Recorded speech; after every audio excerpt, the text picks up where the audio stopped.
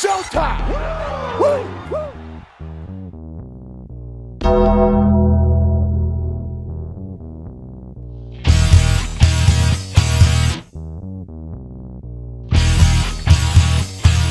Ladies and gents, welcome to episode 3 of the Weekly Wrestling Ramble, where this week, as we told you guys, we will be covering SummerSlam 95. This was requested to us to do this by one of the listeners. And just remember, guys, if you would like us to cover something, or if you'd like to kind of say anything about our shows or get involved, just make sure to go to www.jibberjabberpodcast.com and you can let us know what you think there, along with all our socials and here on the YouTube. Make sure you hit the subscribe button. As always, moving forward, I will be weekly rambling with Todd. Todd, how's it going, mate? I'm doing well, brother. I'm doing well. Buzzing for SummerSlam 95. Yeah, this has been good fun. Enjoyed it. Absolutely. This it's been well received as well. SummerSlam 95 is a very, very pivotal piece of WWF history. So we'll get into that just in a moment, because the show is called Weekly Wrestling Ramble, so we kind of ramble a bit about what's happened this week in wrestling. So we're just going to kind of give you the highlights, because there's a lot to get through the day. So we're just going to kind of go through the highlights of what's happened this week in wrestling. It's been one of those weeks where a few things have happened, but there's not like we have to dedicate a full episode to that. No much. Let's be honest. It's been a low key week, Kevin. That's no. For me, it's been a low key week. But we'll talk about it briefly. Absolutely. So I'll kind of kick off what happened this week. So we'll start with Monday Night Raw. I mean, there's really only one thing we can. I mean, it was Legends Night, where they brought back all the legends like Alicia Fox. Yeah. Do you know what happened there with Carlito? No, not close. So he was booked to come on, but then when he was told what he was going to do, which was one of the, how Randy Orton was going around insulting all these legends. Aye, that was his job that night. He was like, "Yeah, I'm not traveling from one end of the country to another to be insulted by Randy Orton. You know where I am." He said, "You know where I am if you want me to come back and wrestle." I can just hear GR going, "Oh, because he's not getting the spot. He's not getting his push." If he was to, show up and take part, but that's his problem. I was just listening to him ramble on a little bit about Carlito. I think it was in the latest episode of Girl and GR. So that's why we didn't see Carlito. Oh, right. Did not know that. There you go. Right, thank you. This is what it's about. As a Scottish wrestling fan, I really enjoyed the Hulk Hogan Drew McIntyre segment. I thought, do you know what? Everyone around the world right now is cringing, going, "Oh, no, Drew." But see, for me, I was like, I'm living through Drew right there. I'm like, that would be me if I was in Drew's position. I'd be doing the exact same thing. You could, I must admit, you could tell, especially that segment, that he was just like total pinch me moment. Because I was thought to myself, that's a wee guy who came, not wee guy. That's a guy who's like came from a place like we did, and who'd have thought that 20 years down the line he'd be getting told by Hulk Hogan, "You remind me of me, brother, me and fucking Jimmy Hart," and then he's getting to Hulk up and. He's living this dream, man. That's awesome. It's great. Yeah, the mouth of the South, Jimmy Hart, right there. And Sheamus is getting it all. You know what, fella? Do you know what? Is Sheamus not going for the old Irish guy with the hat and the face? It reminds me of Rocky Balboa and Rocky 1. It's still not my favourite Sheamus gimmick. My favourite Sheamus gimmick is the one that we used to take the utter piss out of 1-800-FELLA. Remember? Justice owns me. What was that? It's like the phone number and he would do a punt or something. 1-800-FELLA. I don't know if people remember that, but that was class. It was actually. It's gone back a bit in the archives of WWE there. Yeah, we're getting a bit off track. I was worried about getting off track. Don't want to go into too much of Raw, but for me, the summary for Raw is you'd watched it before me. I think you watched it live. And you text me, and it was along the lines of, "Oh no." And I went, I had an idea in my head. I was like, it's two people. It's either Lesnar or who it actually was. It's Goldberg, and they're coming back to kill Drew. It's gonna happen. If it wasn't gonna happen, it wouldn't happen. Goldberg's gonna go over at the Rumble. Why? Why do we need this? Because Vince sees Gold. To be fair, it's that. It totally is. Vince looks at Goldberg, and I think he still sees a guy. To be fair to Goldberg, guy is still in killer shape, still looks the part. He never could really properly go in the ring, but he just goes in 5-minute squash matches. Unfortunately, it's probably going to happen to Drew. Probably put up a little bit of offense, go down heroically, but he's going down. For the big rematch, we're going to have to take it in the chin. But at the end of the day, just like Drew. At the end of the day, this is all a setup so that Drew can become a three-time champion. Well, here's the thing. Let's be honest. Like, there's definitely a place for Goldberg in 2021 on the roster. Yeah. There definitely is. He's an attraction, but does he have to always take the, look at the Fiend, right? We loved having the Fiend as a champ. Yeah. We had Kevin Owens as a champ. Does he need to come in and just squash? And here's the thing: they didn't even set it up. You've been disrespecting everyone. You've just seen what Randy's done all night, and you come in here to it doesn't make sense, to give shit to the guy that's basically always been respectful towards the business, the legends, right? You couldn't pick a guy that has been more respectful, and he comes out and he's like, "You're disrespecting." If anything, that makes Goldberg look like a chump, right? It's not done him any favors, and I guarantee if there was an audience in that crowd, like there was an audience in that arena, Goldberg would have been booed. It would have been complete. Nah, fuck this. We know what's coming. Yeah, see when he came back the first time round and he beat Lesnar in like 3 minutes, that worked because nobody expected that. And the first time it did, it was like magic and lightning in a bottle. I went back and watched that the other night because it only took 5 minutes of my time. It was good. The crowd were genuinely surprised. It was a good surprise, but they've tried it a couple of times since. It's not going to work. I wouldn't actually mind if he came back and if Goldberg has to beat Drew, make it something of a match here. Don't just squash him, please. Just give us something at least. Give us at least 10 minutes. You've got that in your Goldberg. If you can go with Undertaker and just about kill him for 15 minutes in Saudi Arabia, you can surely work with Drew and put something on presentable. Well, however, we could get to Royal Rumble and the match starts and Goldberg goes for a spear and ends up with a claymore and Drew just pins him 1, 2, 3. That'd be like, yes! It would be great, but it's not happening. It's not going to happen. It would be amazing though. And by the way, if you watched last week's episode, I did say Boogeyman will show up because it's Legends Night, and I was right. You were right. You were right. Touching upon it briefly, my overview of it is you told me about Teddy Long, and as soon as he came out, and you knew it was coming. I love it. It's the whole... a match with the Undertaker. It was the New Day's reaction as well to it, like, oh, you fucking man now. Exactly. And then, of course, it's the typical tag team match player. And all his 2000s kids are going. He was basically a meme at that time. He was made a meme. He's embracing the meme. Exactly. And that's the best thing to do, man. That's the exact best thing to do. It's almost his best moment for him was his Hall of Fame speech where he pulled it all out as well. It's playing the hits, and that was good. I also this kind of felt like shit on Ric Flair night as well. Guy couldn't catch a break all night. Yeah. He got totally put down by Randy Orton, and then I don't know if they're setting up with him in a feud for his Rick versus Charlotte at WrestleMania.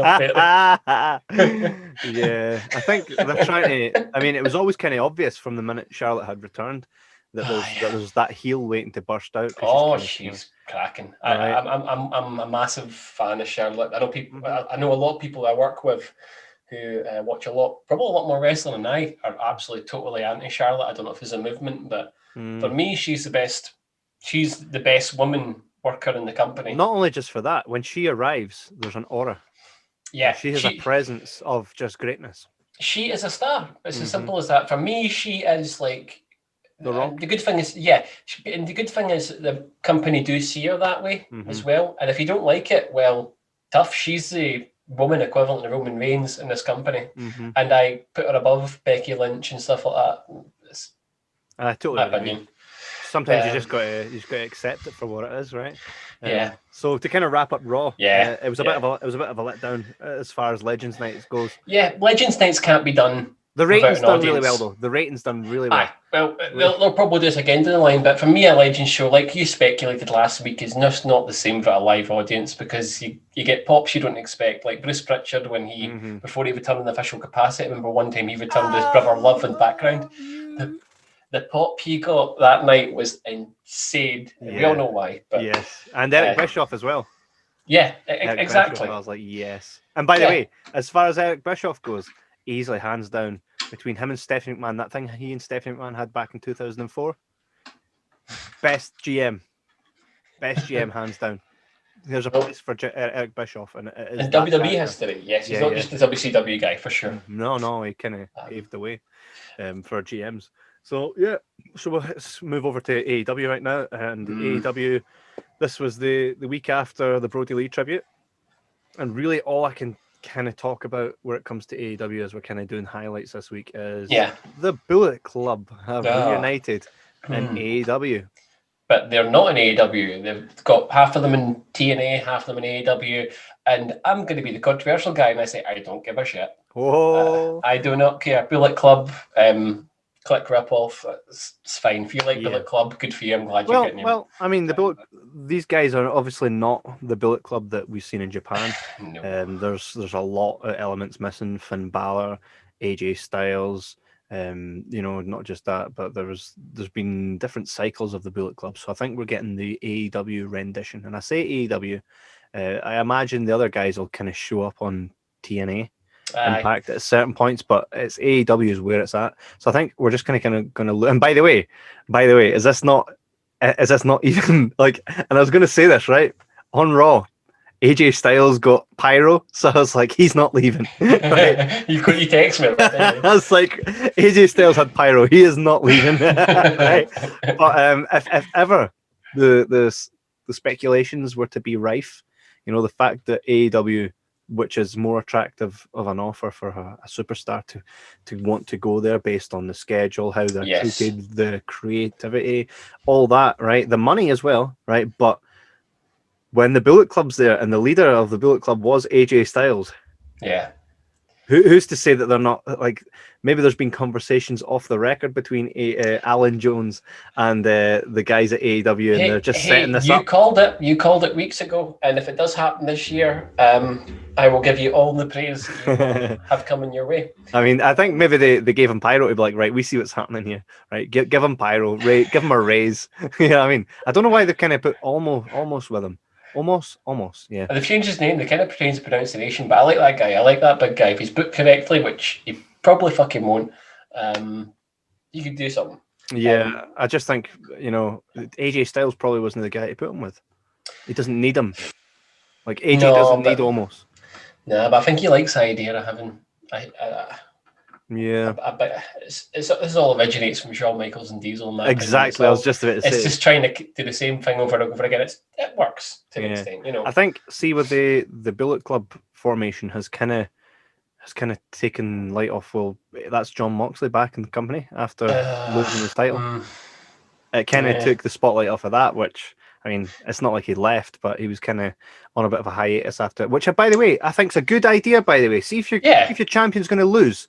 I mean, we've seen it with Brody Lee, obviously. Unfortunately, he didn't come back. But Cody, after a champion has lost a title in AEW, they tend to not come back right away, and I don't think that's a bad thing. Yeah, no, absolutely. I totally agree. It just gives a bit more. What's the word?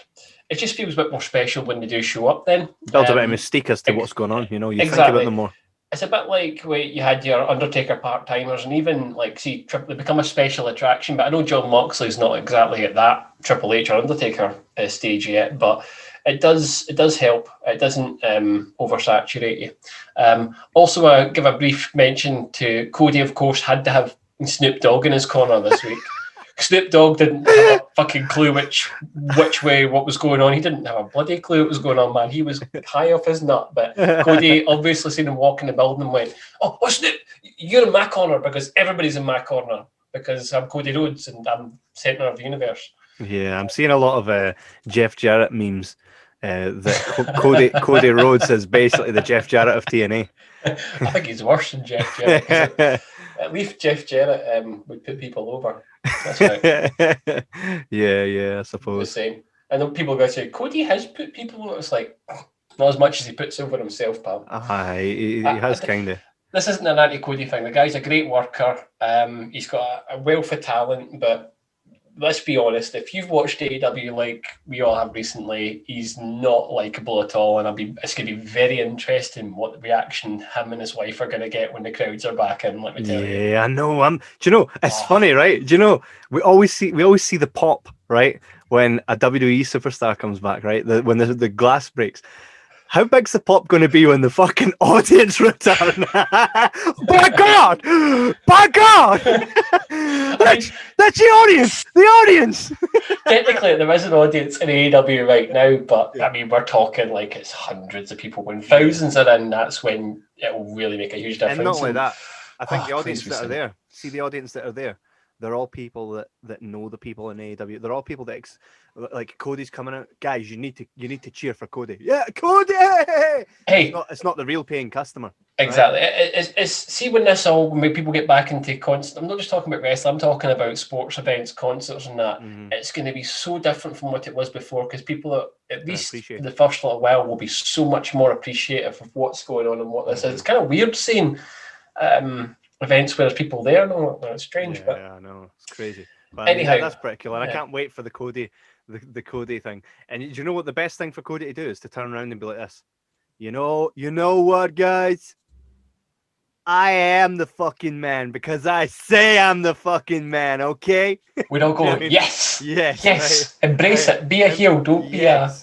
Don't be yeah. These guys, this is what everyone wants. I just kind of walked into this. Get the fuck.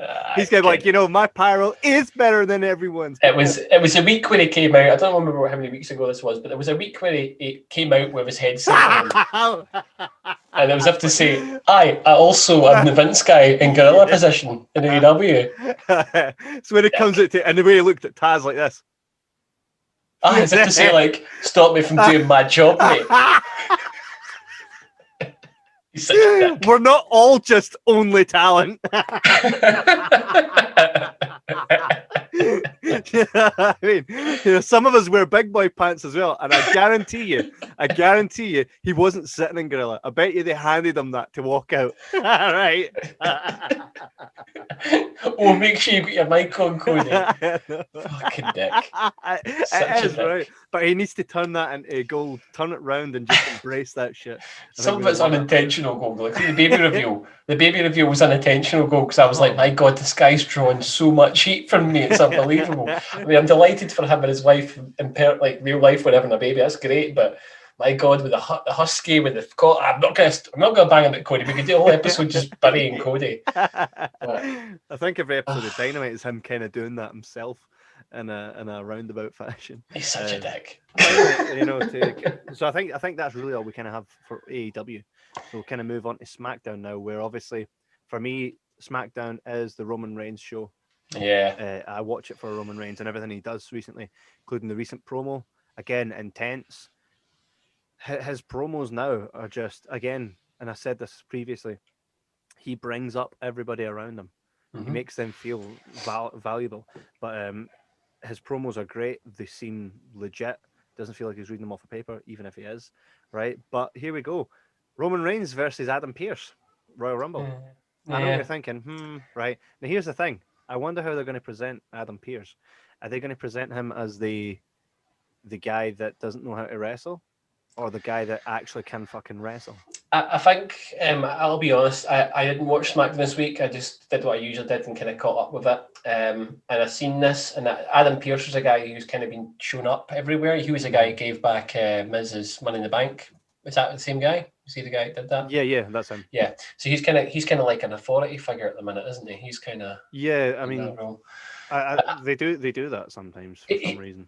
I looked him up because I'll be honest, I don't have a lot. I've looked him up. He's a professional wrestler. He has, of course, got quite a strong background from what I've read. I don't know how good he is, but I think we should go. He's going to get beat, of course. Yeah, of course. But how's he going to get beat? Is he going to do the whole Paul Bearer thing? I'm not a wrestler. I hope not. Or is he going to go in and be like, you know what? People know him from Ring of Honor. Let's just fucking have you. If he's got the ability, I think that he's going to get beat, but I think it would be a case of if you've not seen this guy before, oh my god, he can actually wrestle a bit, and that will obviously be as a surprise to the Roman Reigns character as well. He'll be like, oh, this guy's a bit of a threat. I better put him down or give him respect or something. Yeah, maybe just to be like, oh wow, he's actually bringing it.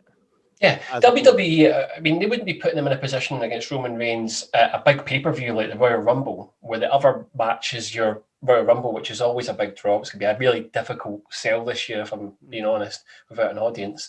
And Drew McIntyre versus Goldberg, that's quite a big spot to be in for a guy who's never wrestled a match in the company, as far as I'm aware. So they're obviously putting a lot of stake in him at the minute, which is quite intriguing. Honest. I think he's very deserving. The guy knows his stuff, and he's good on the mic, and he also has a presence. Who's to say that he doesn't do the whole beatdown thing to him, and then once he's done the beatdown, that's when he then joins the Roman Reigns fold. What do you think of that? Well, we'll wait and see, I suppose.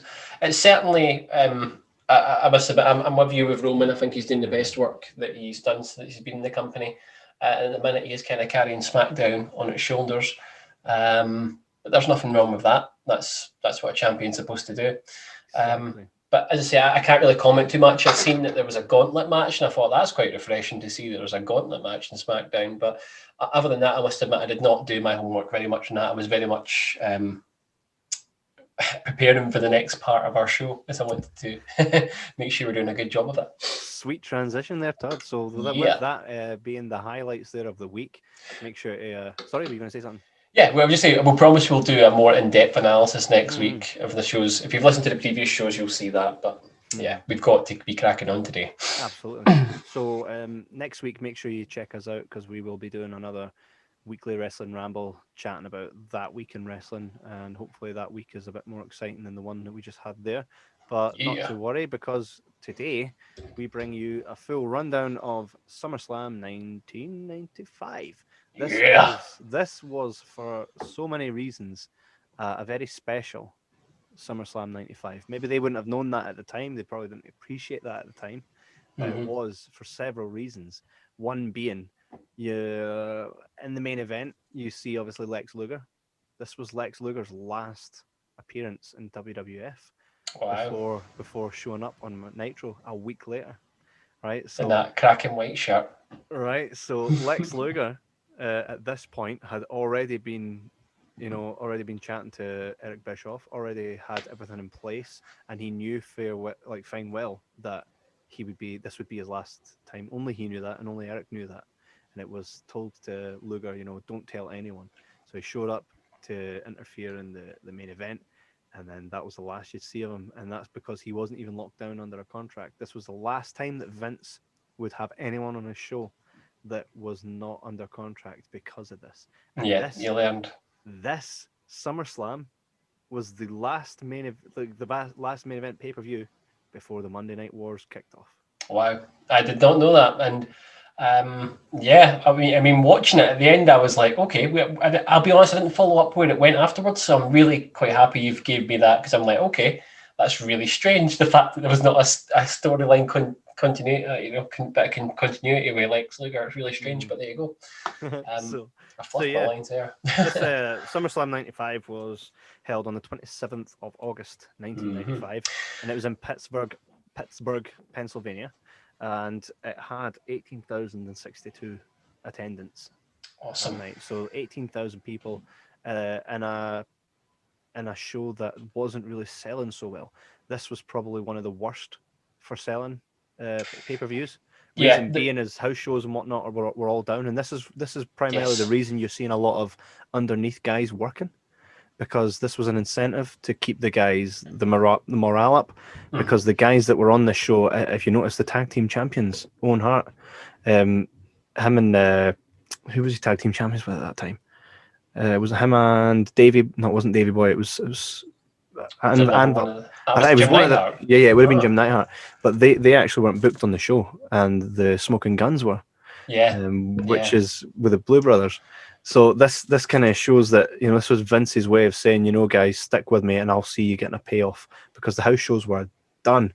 The previous year, SummerSlam '94 had done 305,000 purchases on pay-per-view, and within this year was 205,000 purchases. So it was down, 1,000. So and the initial price for the pay-per-view was £27, well, $27.50, and they lowered it to $25. I know it's not much of a jump, but over here would it be $19.95 at Sky Sports box office? Yeah. Contact your cable provider. You'd have to actually phone up and be like, "Oh yeah, wrestling, aye, yeah, no, the wrestling." My boy watches it. The wrestling. There you go. That's obviously. Remember, Kevin's family came from Fife, so that's why he does those accents. Oh, don't get me wrong. I never got the pay-per-views. Like that wasn't my mum, and by any stretch, I had. No, your mum certainly not. No, your dad's got that accent. Oh yeah, but like with regards to that, I always got them tape trade. Yeah. You spoke about that last week. The first time I kind of got a pay-per-view was long after that, but this kind of just shows at this point pay-per-views were not so great. This was again a turning point because this kicked off the Monday Night War. Kicked off. It was the last SummerSlam before the Monday Night Wars were kicked off. So it was kind of a turning point in WWF. This was when they were this was them on their way down. Taking the water coolers out of Titan Towers. This was the start of that. I must say, for context, for anybody listening, me and Kevin are both 30 this year, so we were 91. So this is 95. So we are 4 years old at the time of this. So I can tell you for sure that I have no knowledge of wrestling. Well, I say no knowledge, I do now, but I had no interest in wrestling at the time. Wrestling was not a thing for me until the early 2000s at the very least. Kevin, I don't know. Kevin's mum was definitely watching this shit when it went down, that's for sure. Mm-hmm. Kevin probably can't remember from the time it was, but Kevin, do you have any memories of this show from growing up? Yes, I do remember watching this show because I had a lot of these on VHS. Exactly. And an uncle of mine always had every old classic, and then we call it the classic era of WWF. Because and the tapes would be class. Like you would always see like the match card on. I loved reading the match card on the back and going through it. And he wins. I bet you he wins and stuff. And I always remember the characters. And there was a part of this show. It was King Mabel versus Diesel. I always remembered that King Mabel was in a title. The title picture. We'll get to that. It's a spectacle. I'll say that. And another reason I remember watching it is because when I was younger, this must have obviously it was during the Attitude Era as it was live and kicking, and I was watching at that point. My Uncle Billy brought to me this specific VHS and said, "Watch a Bret Hart match. See that guy who's wrestling? That's Kane." I was like, "No, that's Kane." I was like, "No." My God. He said, see this guy? I bowed down to him because you can't see to anybody who's sitting there and going, well, of course it was Kane. We've seen Kane was. See, I need to put you back in the picture. See, in the 90s, there was internet, but really there wasn't internet.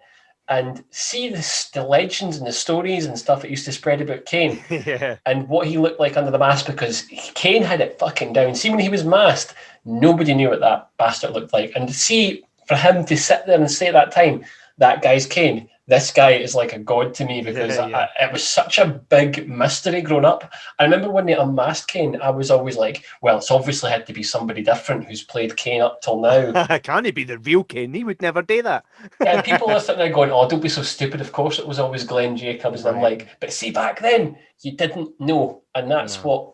You can't replicate that nowadays. Maybe some wrestlers are maybe trying to, but for me, that's when Kane was Kane as well. So he was the real MVP. He was the real MVP. Like Taker, Mystique. There was just no knowledge. There was a time when Kane had it, and as soon as he took that mask off, actually, to be fair, it was when he did that Hulk Hogan thing that kind of when he came back after beating down the Un-Americans and was like, "I'm gonna do a Kane or Rooney." I was like, oh no, he came back as his badass with half his mask missing, new gear, new kind of, slow chemical, and then does a Kane or Rooney on his first night back. It's like, yeah. Every now and then he would do shit that Kane would pull off, like he would try and rape Lita and stuff like that. It's awful. It's a bit touching. By the way, it's really bad shit. There's some stuff in this as well that makes you feel like, whoa, that wouldn't fly today. So we'll kind of get into that a little bit. We'll get started right now, but just before we begin, I want to thank the viewer who requested this. I don't know if you want to get his name right this week. Simon. It was Simon, right? My apologies, because Kevin runs this show, so I'm going to put the blame on him. But Simon, thank you very much for requesting this show, because we weren't planning on doing anything like this. And requesting this, I've been sitting there with the network just waiting for an excuse to watch his old shows. You gave me the excuse. I watched SummerSlam 95. I'm going to speak about it, but I want to let you know beforehand, I really enjoyed this. Some of the matches are questionable, but watching this was a massive joy. Yeah. Perfect. His name wasn't Simon, it's Nick. That's gotta be Nick. well, Nick, I'm sorry, you're Simon now. That's your gimmick. Yeah, your gimmick name is Simon. And if you don't like it, you're kissing cowboy Simon. And we got 2 words for you. And you'll be looking at the lights. Exactly. Looking at the lights like what's his name from the Main Street Passage, Joey Abs. Yeah. So we're gonna kick off this SummerSlam 95. Yes. So SummerSlam 95, the very first match on the show is Hakushi versus 1-2-3 Kid, who we now know obviously as Sean Waltman, X-Pac, and if you really want to go there, 6 from WCW. Yeah, man. So did you know Dustin was 7? Dustin? Yeah. Did you know that? Uncle Fester. Go back to last week. Yeah. So this was a kind of just an opener match. There wasn't really much of a build. Even weeks previous to Hakushi had more going on with Skip from the Body Donnas than he did with 1-2-3 Kid. So it was just kind of something to open the show. And I think the reason they put Hakushi with 1-2-3 Kid is because 1-2-3 Kid, Sean Waltman, was the standard of wrestling. He can work, man. He can work. So they knew that they were going to get, a barn burner for the first. For the first match. What did you think of the match yourself? I know you've got a bit of a rating system going on. So I want to hear your ratings. I don't have a rating system. I'm just going to go for the traditional Dave Meltzer rating system, which of course is 5 stars is the best match you can get. Half a star is the shits and all that. I don't believe in giving 0 stars to anything because, half a star is the lowest rating. But this, for me, I thought this was a really good opener. I know, of course, how good 1-2-3 Kid X-Pac is because he's always been a guy who we've seen quite a lot of growing up. But I prefer when he was 1-2-3 Kid because he was almost like he was more hungry. He was trying to make an impression. It was coming up at a time where smaller guys like Bret Hart and Shawn Michaels were kind of setting the standard, and he was one of these guys who was grabbing onto the brass rings and trying to show what he had. Really good opener. However, as much as I was impressed by 1-2-3 Kid, I'll be honest, Hakushi was a guy who I didn't know a lot about before this, and I watched it and I was like, my God, this is Tensai. If you remember Tensai, this is like the 90s version of Tensai, but for me, he's better than Tensai. It was good work. I quite like this. Really lively, got the crowd into it. Hakushi! I was like, see if this first match is a shitter that's going to really discouraged me to watch this any further. At least the night I was watching it, because I watched it right after the show last week when we decided we were going to do it. But yeah, it kept me intrigued. I was like, good, okay. And Hakushi actually won with the pinfall, which I suppose at the time was the right decision because it was obviously trying to build him into,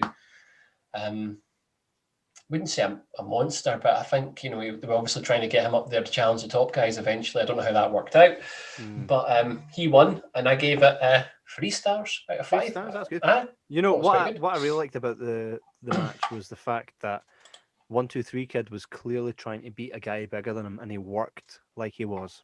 There was no dramatics to it. He literally looked like he was trying to beat someone that the odds are not in his favor. And that's how you lose. If you're going to lose, you lose to someone that just looks like he's going to kick your ass. But at least he went down fighting, and that's absolutely the kind of heart that he shows in his match. So again, a lot of what's out there now would learn a lot by watching these kind of matches. Absolutely. This was as to spoil it a little bit. This was one of the better matches of this show, if I'm honest. When I probably look at it, it was probably the second best match of the night. Especially when it comes to my star ratings, but which is a shame because Hakushi was only in WWE from 1994 to 1996. So a year later to this pay-per-view, JBL would clothesline the shit out of Hakushi, right? No. But he was called Justin Bradshaw, right? Yeah. And after he clotheslined the shit out of Hakushi, right? JR on the next week of Raw said, he got clotheslined so hard, he gonna left the WWF. so that's it. He's never been back. Never been back. Oh, for fuck's clothesline to hell. Justin Bradshaw. Not clothesline to hell, clothesline to the company. Well, actually, it was clothesline back to fucking the Michinoko Pro Wrestling because that's where he was until he retired in 2002.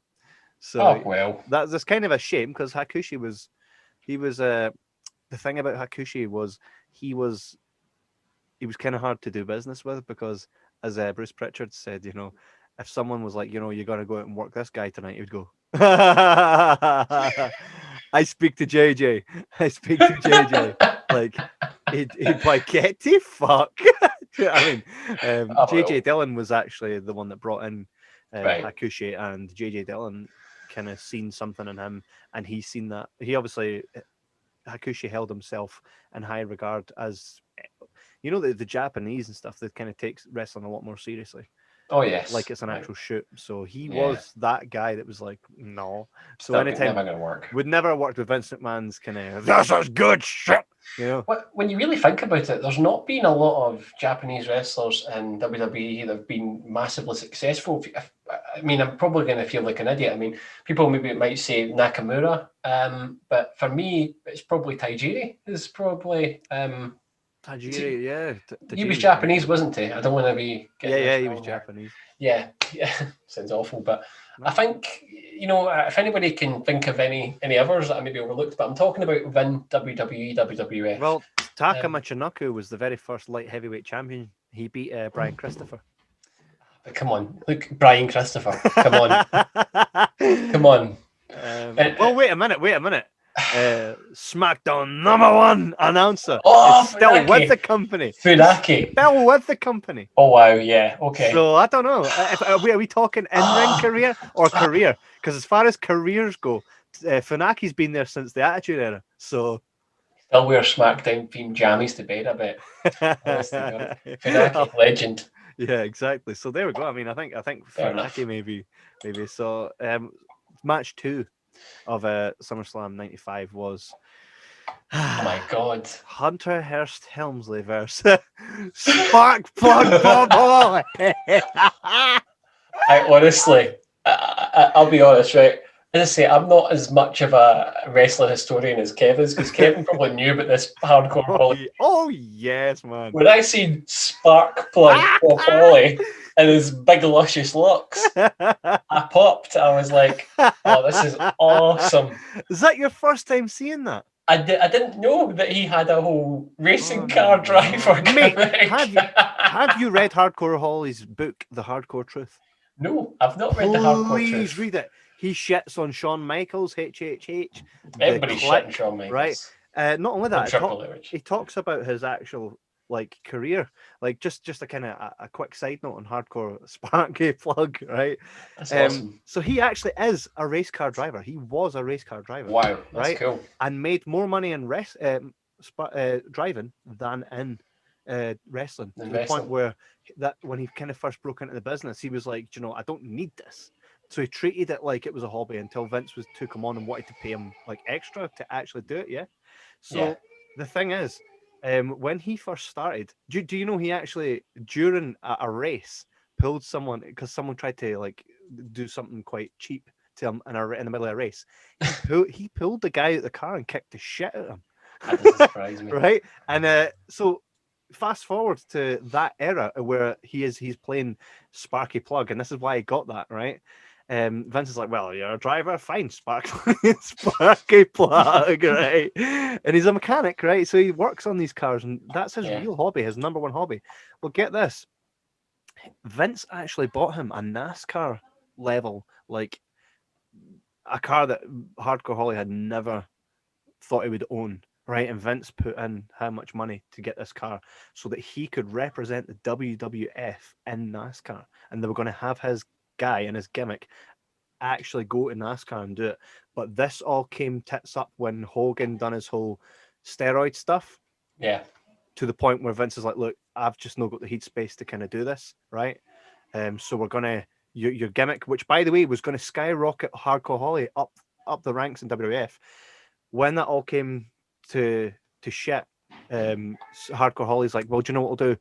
The car that you've bought me, well, you know, I can find a good deal, get it sold, and give it, you know, I'll get you your money back. Because basically Vince put the money up. I think it was like $500,000 or something for this car, right? Bob Holly was like, right, we've got this car, and I don't really know what to do with it now because I'm not going into the NASCAR. We're not doing the whole WWF theme thing. I'll get you your money back. And Vince was like, do you know what? Just keep it. Thanks for at least, you know. So in Hardcore Holly's book, he kind of talks about being upset that his chance never came after Vince kept saying to him, you know, your chance is going to come. But he always says, you know, Vince is a man of integrity, and you know, he can't really say anything bad. He gave him a fucking $500,000 car after he knew it was his bad that it didn't go down that road. But if anybody's looking for a book or even go to Audible, you can get it Audible. Go and check out The Hardcore Truth, and it talks all about how he went up to, who did he walk up to? I think it was Kevin Nash backstage, and he was like, motherfucker, you do that again, I'll kick you fucking shitting right now. Right? And Kevin Nash like backed the fuck off. You know what I mean? It's got all that backstage because this is a time where the Clique were involved, you know, and he talks a lot about Triple H being a piece of trash and how he held him back, which by the way, this match may have fallen into that time. But he also shits a bit on Trish Stratus, saying how, you know, he never thought she was talented at all, could barely wrestle, and didn't even look that great. So we know he talks a wee bit of shite in his book. Yeah, absolutely. I was going to say, I don't agree with him that one. No, exactly. But you need to check out The Hardcore Truth by Bob Holly. And that kind of made me kind of remember watching, you know, reading that book when I watched him in his match with Triple H. What did you think of the Triple H Bob Holly match?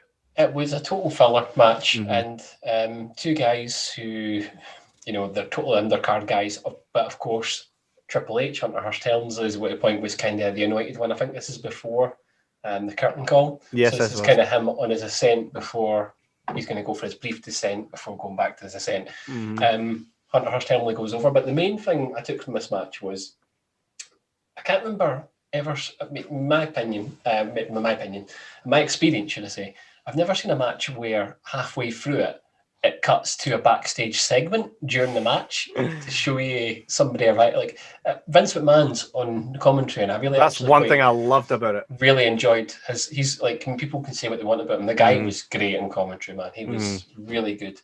I know some people might go JR, and you know, I get that. I get he's great and all, but it's kind of nice to have Vince on commentary. But it cuts to British Bulldog arriving at the arena mid-match and saying, oh, that's trouble for the main event for Diesel later on. Nudge, nudge, winch, wink, hint, hint. And I was like, that's really strange. I've never seen a pay-per-view match where it cuts to a backstage segment while the match is still ongoing. Yeah. So it kind of tells you everything you need to know about what they thought about this match. I gave it 1.5 stars. Hunter Hearst Helmsley went over in the end, unsurprisingly. Yeah. I mean, see, one thing, just to kind of touch upon things that you don't see now, did you see the way that pay-per-view opened?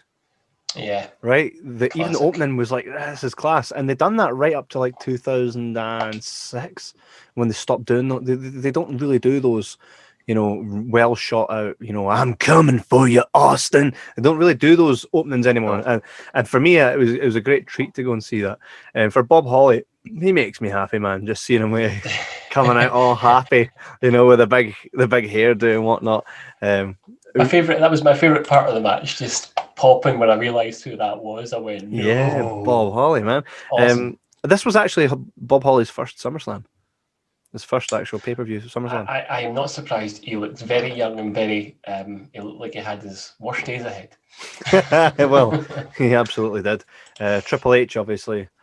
Do you know one thing about that match is there's a bump where Hardcore Holly does a move to Triple H and he takes some mad bump, and it made me remember, like, wow, this just shows you how old this is. Triple H is bumping. Right. So I mean, it was good. It was fun. Oh man, Triple H gets so much shit. Yeah. So undeserved, by the way. I know. I think it was. I like his old wee theme song. That,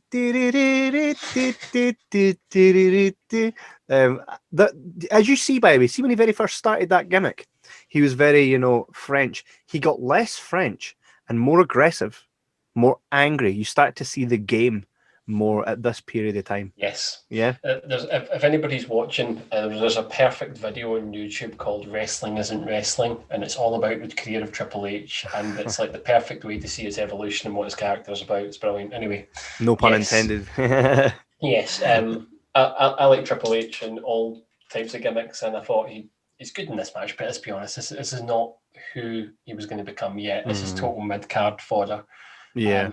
But two guys who can work really well in the ring, but really nothing more than a sleeper match. Let's be honest. So we move across to the Smoking Guns versus the Blues Brothers. Absolutely. That previous match we were talking about, albeit being a sleeper, was better than this shit. This was early on. This is Bart and Billy Gunn. Mullets, black Smoking Guns jeans. I think the theme song. The tunes do it for me. Jim Johnson shout out. And the Blue Brothers. I mean, do you remember them? Well, that's the thing. I actually didn't know of them. This was one of these things where I was like, okay, never heard of this. Yeah, they didn't really do much. Or I knew who the Smoking Guns was, but I didn't know who these two guys were. And I can understand why I didn't know who they were, because this was nothing special. No, I think I've seen them a few times on the old tapes, but again, nothing. Like I says at the start, this was when Vince McMahon was like, right, let's give some of the guys you would see on Heat or Velocity if they'd stayed around. This was their chance. Their chance at making some decent money. I mean, I wasn't around I was around in 95, but I wasn't watching wrestling in 95, but this, I think, is a perfect representation of where their tag team division was at the time.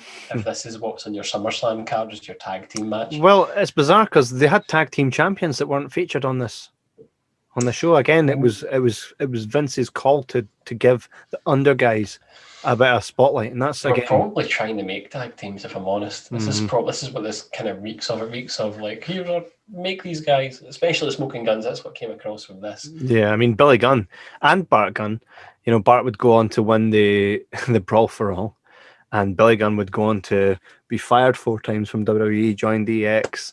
Billy Gunn's had a hell of a career, and by the way, he's fucking massive. Always has been, Billy Gunn. Yeah. Right. And again, one of those guys you don't really want to get on the bad side of. I've just looked it up. Owen Hart was the tag team champions with Yokozuna. Yokozuna, that's right. Yokozuna. Just looked that up, yeah. Yeah. Big Yoko.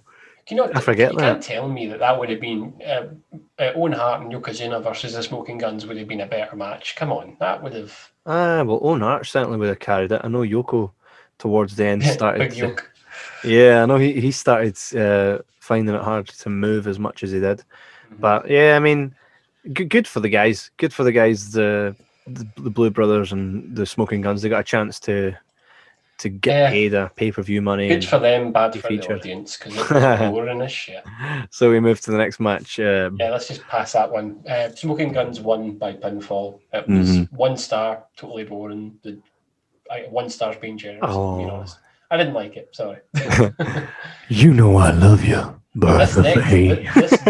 This next thing was an absolute revelation. Bertha Faye versus Alundra Blayze. No, I've got the next match down as Barry Horowitz versus Skip. Did that happen before or after? I believe that happened, but it definitely happened. I'm looking at the order right now. I've got it down here before the women's match. Oh no, do you know what? You're right. So do I. But I've just read it wrong. What a fanny. Yes, Barry Horowitz versus Skip with Sonny. Well, right? This was a discovery for me as well. Holy crap. Barry Horowitz, like the man's man. Mate, I'm just going to call it right now.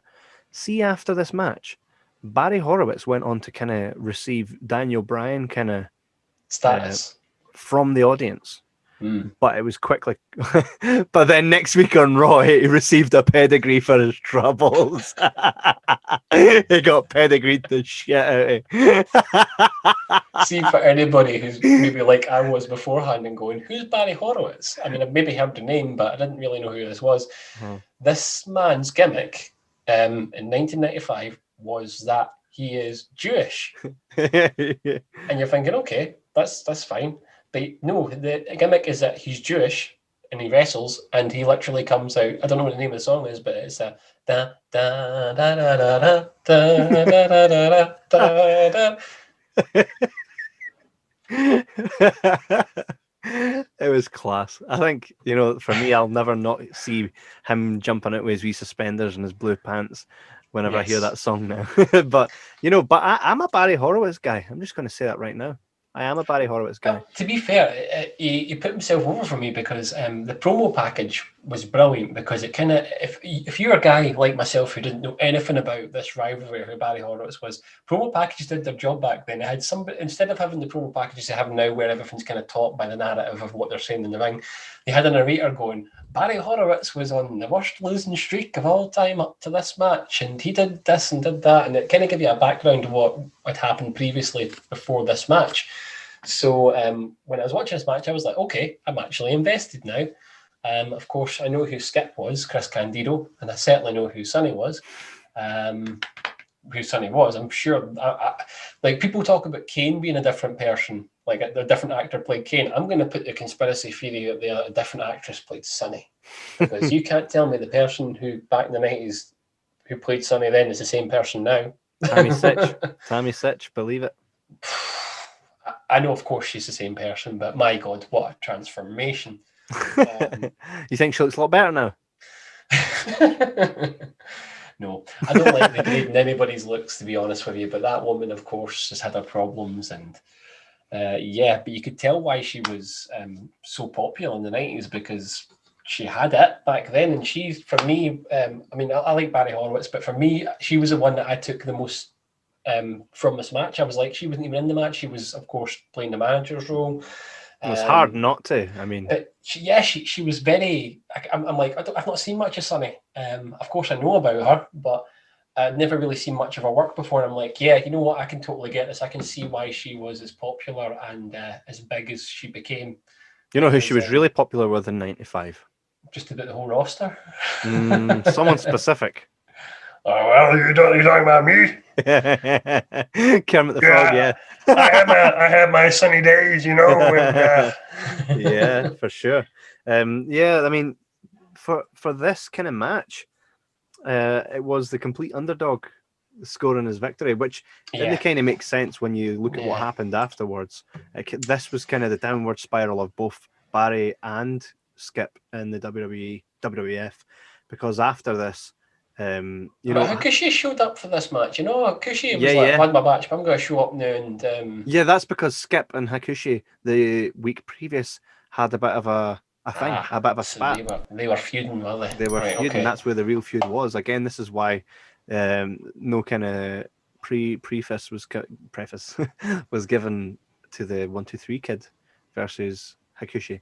So Barry Horowitz, you would think after this would go on to have a meteoric rise and start winning left, right, and center. But he got a pedigree one week and then was fed to Shawn Michaels the next week, and then started a proper feud with Chris Candido, where it was like Chris Candido was like, you might have beat me once, but you'll not do it again, and he didn't do it again.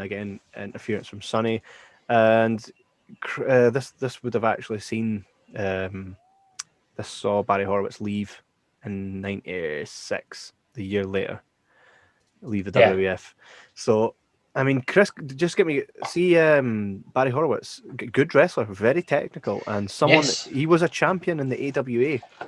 Like, he was over. You see the crowd reaction when he won, where it was an excellent. Well, put it this way, he was in a match with there was like an underdogs versus the champs kind of match, and it was like Diesel Shawn Michaels and whatnot, and they were against Owen Hart, Barry Horowitz, and a couple of other guys. It was like a 6-man, and the crowd were chanting Barry even when he was on the apron. It's a bit like when Santino was in the Elimination Chamber match and went the distance a few years. Well, I say a few years ago. It's probably 10 years ago now. But same type of idea. Like when the unexpected happens, the crowd totally buy into it. Yeah, and I don't know why.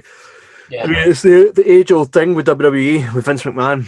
Oh, this is doing really well. This could probably make you a lot of money and create a new star. Where's Goldberg or Randy? Aye, you know what I mean? Where's my go-tos? Yeah. Let's crush this as soon as we can, which is a shame. I'm a Barry Horowitz guy, and I'm just going to say that because I think there's something lovable about Barry Horowitz. Yeah, he won me over this match. I gave this match 2.5 stars. Don't get me wrong, I can't oversell it because it was a total mid-card match. It was a pure gimmick match, I suppose, in this way. It was cheesy. It was 90s all over, but Barry Horowitz won. Barry Horowitz won me over. Good showing for Chris Candido. I've not seen a lot of his stuff. I enjoyed it. Yeah. By the way, did you not notice that at the end of that match where Barry Horowitz kind of rolled up Skip's hand was like right on the asshole of Barry Horowitz's arse. It was like his thumb was like on his ball sack, and his finger was like at the asshole on the arse of Barry Horowitz. Like, 2 questions. This guy's with Sonny. What's his game? 2 questions, right? First of all, what makes you focus on that so much to the fact? And then second question, I thought about that. And I'm going to bring it up on the show. Because I remember going, like, if anything, when you're in the ring, like, you're going to try and not touch a man in a place where you don't have to, unless it's absolutely necessary, right? Come on. I want you to go back, and even if you're listening to this, go back and look at the inside cradle and look at Skip's hand, man. It's all over his ass. It's just like, oh, I was like, what the fuck? I don't know. I think that says more about you, man. No, I never noticed that at all. You never noticed it. It's no. The shot. It's the absolute shot. It's the shot. I'm sorry. I did not focus on that. Well, man, you're gonna have to go back and check it out. His hand, there you go, right there on his fucking. Well, guys, for those who are less fortunate than me and have to watch that with the bung piece knowledge, enjoy. Moving ahead to our next match, which was the one that Kevin thought was before this one, which was Alundra Blayze versus Bertha Faye, and this was stinking. But what I will say is, see this Bertha Faye, Big Bertha, as she was called. I was like, I thought I knew a lot about wrestling at least, but I know fuck all, man, because this period is unknown to me. I didn't know who Big Bertha was. Bertha Faye, I love you. She wins this match and she becomes the women's champion. And I was like, women's champion I've not even heard of before. Shame on me. Also, I didn't Google this afterwards. My thought was, is the reason why I've not heard of her, she probably passed away now? Is that right? Yes. I didn't look it up. I just kind of had, it's quite bad. That's what's bad about wrestling. Sometimes you look at it and go, well, I've not heard about them. They must be passed away or dead. And I was right here. That's a shame. She did pass away. I think it's due to her size. She was quite a mainstay within that company. I know she got bullied quite a bit about her size, and she ended up leaving. It's the wrong era. Yeah. But, you know, her biggest feuds were with Alundra Blayze. And I remember seeing, I think it was one previous to this, a pay-per-view previous to this, where she wrestled Alundra Blayze and couldn't get the job done. But Bertha Faye, she reminds me of in a way that's not supposed to be in any way an insult, but you know, Majin Buu from Dragon Ball Z. It's this big pink lovable piece of goo, right? But the thing is, though, it's kind of lovable and playful. But if you fight it, you're losing. Yeah. She was a heel here, and I mean that's the whole thing. Even though she was a heel, with Harvey Whippleman was at the ring. I knew who Harvey Whippleman was, and he did his role quite well because he just came across as a total elements of Jim Cornette right there. Yeah, but he had that whole pathetic, Don't you touch her! You can't touch her! It was just, I just didn't like this, I'll be honest. Alundra Blayze showed to me that I was like, all right, she's trying to make the best of it here. She was the Charlotte.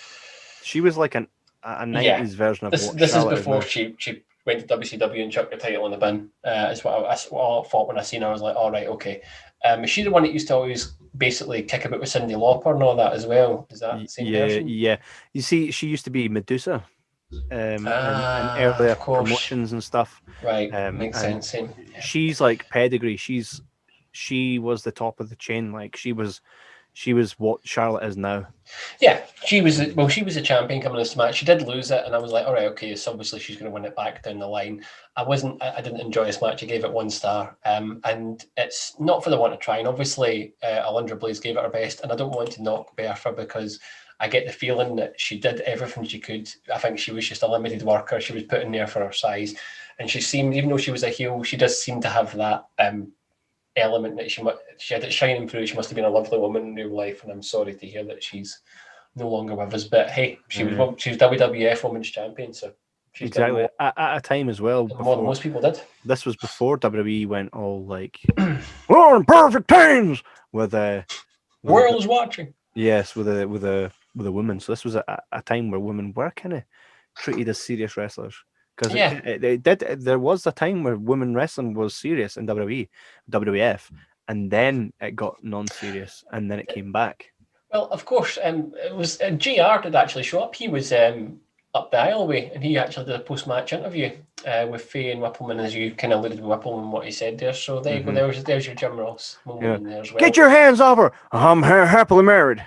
Yeah. Which, by the way, if you listen to Grilling JR said any opportunity that he got a chance to talk about his mum or his wife Jan at the time, he would always do it, right? And any time he said, "Well, I'm happily married," that was always because he knew Jan was watching, and it was his way of blowing a kiss through the screen.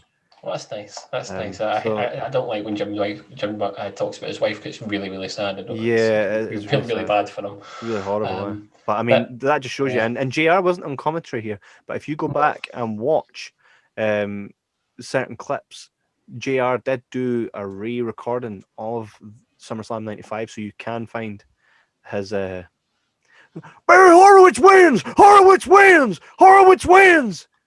Yeah. It wasn't actually a thing, but it became a thing. Yes. Because he done a re-recording for it when Vince wanted to get rid of all the McMahon commentary, which, by the way, I'm just saying, McMahon was class on commentary. He was. He shouldn't knock himself so much. No, absolutely not. I want to move ahead because the next part was probably one of my favourite parts of the whole show. Now, this was at least in because it really kind of Paul Bearer in the next promo mentions Coliseum videos. I was like, was this part of the broadcast or was this actually? It's on the WWE Network. This promo, and my God, this promo was better than the next match. This promo is like vintage 90s Paul Bearer and Undertaker. Yes. Oh, it's so good, man. Just the atmosphere of it all. The promo by Paul Bearer and the promo by a young dashing Undertaker. What I love about it is after he says something, he's like this. That was his thing, wasn't it? Yeah. Eyes rolling up. Right, so this is the dawning of the Undertaker. This is like proper old school Undertaker before before he moved on to forgetting all the, because this is the cheesy version of the original Undertaker before he got proper serious. The thing is, though, right? It's cheesy, but it still feels serious, man. They still build him as like, you don't fuck with this guy. I mean, he's for the guys who are listening. It's Undertaker. The next match is a casket match. It's Undertaker versus Godfather versus Kama, as he's known. This pre-Godfather. Kama. And he's got the $1 Million Man Ted DiBiase. He comes out to the $1 Million Man's theme. Yep. And they have a casket match, and the casket match is all right. It's okay. It was quite good watching this match because, of course, I know of these two. And if you'd asked me if they'd ever wrestled before, I probably would have said no. And they did. Just watching two even Undertaker versus Godfather. I mean, this was the time where they were traveling together as well. Exactly. So they were really good friends. At this point, it'd be like you and I wrestling in a ring at that point. Exactly. It's good. I mean, after hearing the Broken Skull sessions of Undertaker and knowing how close he is with Charles Wright. Yeah, absolutely. Knowing how close they are together, it's quite nice watching this because it's just two pals working, and they're working in a casket match, and they've got their buddies out there. Maybe not Ted DiBiase, I don't know. Well, here's the thing. Let me tell you a wee story. Obviously, I've met Ted DiBiase the man himself, yes, right? at Workburn Academy, of all places. And the one thing I said to him was like, wow, you've worked with Undertaker, which is such a stupid thing to say, really.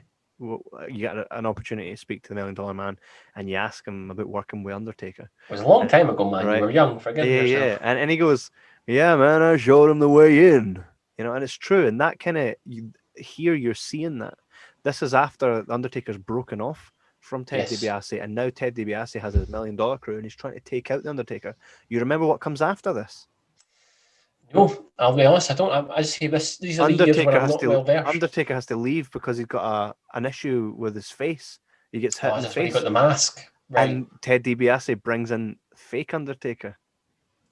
This is what happens. Okay. And then I need to watch that stuff. Taker comes back, and it's Taker versus Faker. You need to recommend anybody listening to the show who wants to recommend the show. Keep this stuff in mind, because these are the years of wrestling that Kevin knows quite well. I need to watch a little bit more of. So these are the years I'd like to watch more. For context, I got into wrestling when I was younger. So I did kind of start in this era, but what was live on TV for me was the Attitude Era. So during the Attitude Era, I would get tapes of this era. So I'd learn about this era as I'm watching the Attitude Era. But I always say WrestleMania 6, first VHS tape that I ever got. And that's maybe one we should maybe do, WrestleMania 6, right? But yeah, so do you know what? It would be really interesting for us to do more of the old school classic WWE before it, and then we'll go through to the Attitude Era. And kind of the thing I'll say about the Attitude Era is, though, WWE Network doesn't have it all. Go to YouTube. You'll see stuff on YouTube you'll never see on WWE Network. Censored, that's why. Yeah. And the stuff on YouTube, though, you're going to have to really look at it because it's blurry and hazy and foggy and you just can't see it. But there's a lot that'll come to me when we cover that stuff that is never talked about until someone brings it up. Right? These are the type of things. Like, we're not doing your segment this week where I try and catch you out. We're not doing that this week because we're doing a show, of course, but this is the reason why I love doing stuff like that, because I always learn shit that really is not let's say advertised in the history of WWE and what they like to see. Kevin's got all the shit and the dirt in them. So. Did you research Paul Ellering? No, I had a lot on this week, and don't research him. What'll happen, mate? What'll happen is we'll get told to cover a show, and he'll show up. And I want that to be your moment where you pop and we talk about it. So don't research him, right? Sure. He will show up. He was around in the Attitude Era with those two bald guys that were on the motorbikes. And he actually wrestled. He wrestled against Golga. Right. We spoke about Golga last week. Yeah, mate, he was actually in the clip that was in episode 2. If you've seen that clip of Golga wrestling, he actually is. Paul Ellering is in that clip, which awesome. I was like, how's that come full circle? But yeah. I digress. Yes. To get back to the match, I'll be honest, I'm not going to speak. We've not really spoken depth about the matches. I'm not going to sit there and go, he did the turn look. That's for play-by-play stuff, man. That's not what we do. If you want to watch it, it's a good match. For me, it went a bit too long. I think they were given a bit too much time. But of course, the thing that ruined this match for me was like, there's no way that Cam is beating Undertaker. Undertaker's winning this casket match. I mean, God, the casket's even got a picture of his face on it, for fuck's sake. So, Undertaker won this. Rest in peace. Yes. I like that. I like that. As I said before, I like the promo more than the match. I gave it 2.5 stars. It's typical Undertaker fare. Undertaker's never been the greatest wrestler, but see, when it comes to like spectacle and just, you just can't help but just be drawn to it. It's awesome. Absolutely. So 2.5 stars for the match. It wasn't fantastic. I don't know if we actually spoke about this, but throughout the night, Dean Douglas Shane Douglas was kind of doing this whole gimmick, his whole teacher gimmick for it, and he was kind of critiquing the matches as it went through throughout the night. And of course, he's in total heel mode, and I can just imagine Vince being like, "You can tell me that you speak down to me and all that. I don't like it. I don't like you speaking down to me. You're not my teacher, you fucker." Yeah, you realise though they gave that gimmick to Christopher Nowinski like 10 years later. God, they gave it to Matt Striker after that. Right, so it's had three generations of that same gimmick. He's been trying to make the teacher gimmick work for a long time, and it's never been successful, and it probably never will. I don't know. I really liked Christopher Nowinski. He was a good heel. Well, I'll be honest, I don't know too much about Christopher Nowinski. I've not watched a lot of his stuff. He works with AEW now. Really? There you go. He also done he's the one that extracted Chris Benoit's brain and done research on it. So he actually took Chris Benoit, a guy he worked with, cut his head open, took the brain out, and researched it to find out that his brain was that of a brain of someone that was in their 80s. Okay. So that was actually him. So imagine that. Imagine traveling up and down the world with someone like Chris Benoit wrestling them, and then you're the one that takes the brain out of that man's head. That's fucked up. That is pretty fucked up. But you like that type of shit, so of course you knew that. No, I knew it because it was a thing. Christopher Nowinski, his gimmick was that he was a teacher, right? That he was intelligent, but he actually is. He left wrestling to go. He had an injury. He left wrestling and became richer because of the stuff that he does. He went to Harvard. He actually went to Harvard. He's obviously a very clever cookie and done the right thing with his career. But there you go. Christopher Nowinski, ladies and gentlemen. Maybe we'll do more stuff with him in the future. Yeah, well, come on, of course. I just wanted to touch on it because I realised we've not actually spoke about it. It's not a massive part of the show, but it's just something. It's part of SummerSlam 95. They make a deal about it. So we'll move ahead to the next match, which is one that I was really looking forward to, because if you asked me, you said, Todd, has Bret Hart ever wrestled Kane before? I would have went, nah, wrong error. Wrong, never crossed paths, never happened. And I would be wrong, because technically they did.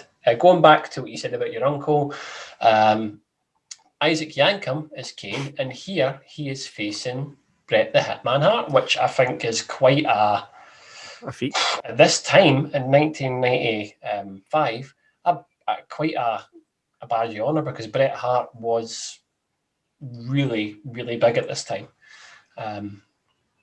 What did you make of this? Well, I mean, as Isaac Yankem, DDS.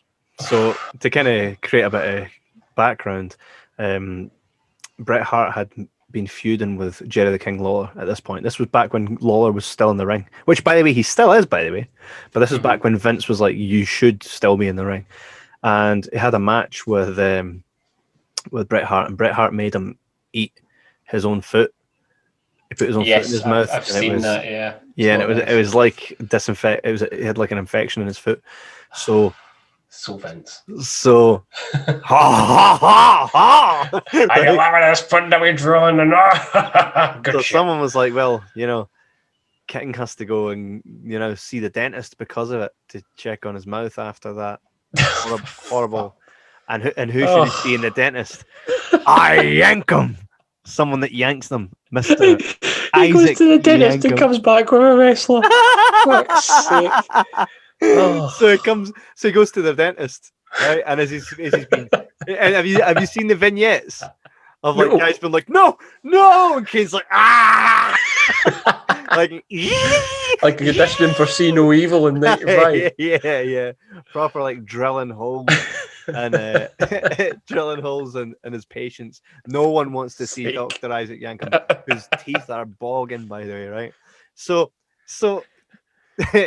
King Lawler goes in to see the dentist and is like, you know what? The dentist is like, I'll get Bret for you. So as a retribution, Jerry the King Lawler presents Dr. Isaac Yankem DDS, and that theme song, man, it's like an undertone of with a fucking drill going right. It actually gave me anxiety here, right? So that's a heat seeker right there, man. Right, so he comes out, obviously, Isaac Yankem. This is not long after he was scouted from Smoky Mountain Wrestling. He was working for Jim Cornette at this point, but Jim was like, "You gotta go to Vince. Vince will make you your money. You need to go to Vince, motherfucker." So he was a big proponent of Isaac, yes, of Glenn Jacobs heading up there. Taker saw matches and was like, "Bring him in. Let's put him with Bret because I need someone to work with." They had plans already at this point to match him with Taker, but they wanted to put him with some really good workers to test his pedigree, and this is why he was put with Bret. Yes, I mean, it really speaks for Glenn Jacobs' ability, where he wrestles Bret Hart, and in the match later, after the next match, he comes back out again to wrestle as Diesel. I joke. Yeah. Not but true, yes, It's true. He became the fake Diesel as well, which is something we'll probably cover in the future. But again, showing you just how pivotal this pay-per-view was. Yeah, for me, it's quite clear that Glenn Jacobs, Kane, or Isaac Yankem in this case, he's very green, and I think that's the reason why he's been put with such a good worker like Bret Hart. But I think this match suffers as a result. I think that's why Lawler's involved so much, because this is purely a match to build Isaac Yankem and try and make him something here. Bret Hart wins this match. Sorry, on you go. There was another wrestler called Bret Hart who changed his name upon going to WWF initially on his first run, because when he named himself Bret Hart wasn't actually a thing. Do you know who that was? No. No chance. Barry Horowitz was Bret Hart before Bret Hart. Fuck's sake. Barry Horowitz for the WWE Hall of Fame, please. Exactly. Class of 2021. And then our truth comes out and goes, man, that's a wrong Bret. Right? There you go. I imagine sitting in a boardroom. I imagine Vince's response to that would be like, that's good shit. I love it. Hey man, I'd pop for it. I so would. That'd be hilarious. Do you know what? That's awesome. About that. The ending to that match, I don't think you would see that in 2020. The disqualification. No. Bret obviously gets his neck, and by the way, good ring work from Bret, because you can only make something like that, natural. You're tangling your neck and the ropes, the top two ropes. Do that and do it all in one go without really hurting yourself. I mean, absolutely. I've always grown up. I was always a Shawn Michaels guy, and I felt like, because I was an idiot, because I was a Shawn Michaels guy, it was like my duty to be like, nah, Bret Hart's overrated, Bret Hart's. But as I've gotten older and as I've gotten wiser and as I've watched more stuff, I've realised Bret Hart was all that, man. Bret Hart is fantastic. Yeah, if he could turn up the charisma. Oh, yeah. I mean, well, to be fair, he still does. For me, he still has that. He's got that it factor. And people knock his promo ability and all that, but I've always kind of enjoyed his promos because... He always kind of seemed like he was talking like this, right? And would come out and just be like... He never seemed fake, though. No, don't get me wrong. I think he's one of these guys that in real life probably, he's got a bit of a Cody to him. The fact that he really believes his own hype a bit too much. But to be fair, he really was that good. This match, he does the best he can with it. I gave this match 2 stars, which is quite strange being at a Bret Hart match. Usually he's guaranteed 4 stars a lot of the time with the people he's put in, but he did the best he could. He can only take Glenn Jacobs at his time so much. It would have been really cool to see those two maybe face a couple of years down the line when Glenn was a bit more established as Kane. That would have been a good match.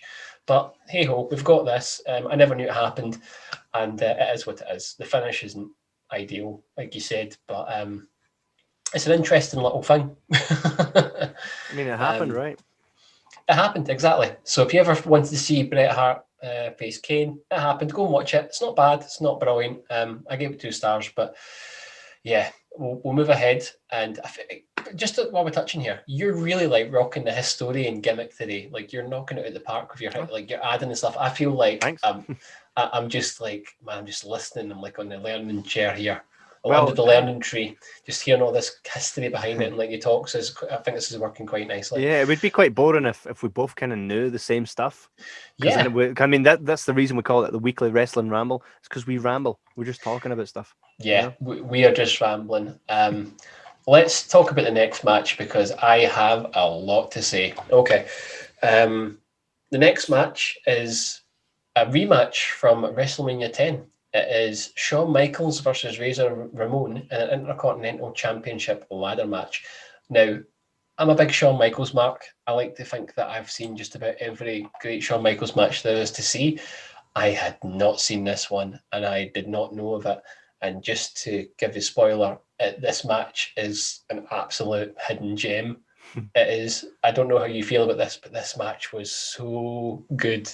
And Can we take a second, actually, just to appreciate the actual caliber of the Intercontinental title picture? Oh, man. Right? Look at that championship and who's what kind of matches and who's in the matches and who's in the running for the Intercontinental Championship. Yes. This is not the main event, but if we're being honest, for me, this is the main event of this show. This is, I'm just going to tell you my rating. It's 5 stars. Which in the Tokyo Dome. people are going to sit there and go, well, of course, you're the Shawn Michaels guy. Of course, it's 5 stars. But I'm not kidding you. It's 5 stars. I thought about giving it 4.5 because there's a part at the end where it's quite clear that Shawn Michaels is trying to get the he tried like 3 times to get the championship off the thing, but he couldn't reach it. And see, after the 3rd attempt, he's fucking raging. He's like kicking shit out, he's like flipping out. He gets it. He gets the belt, and then he's still fucking fuming.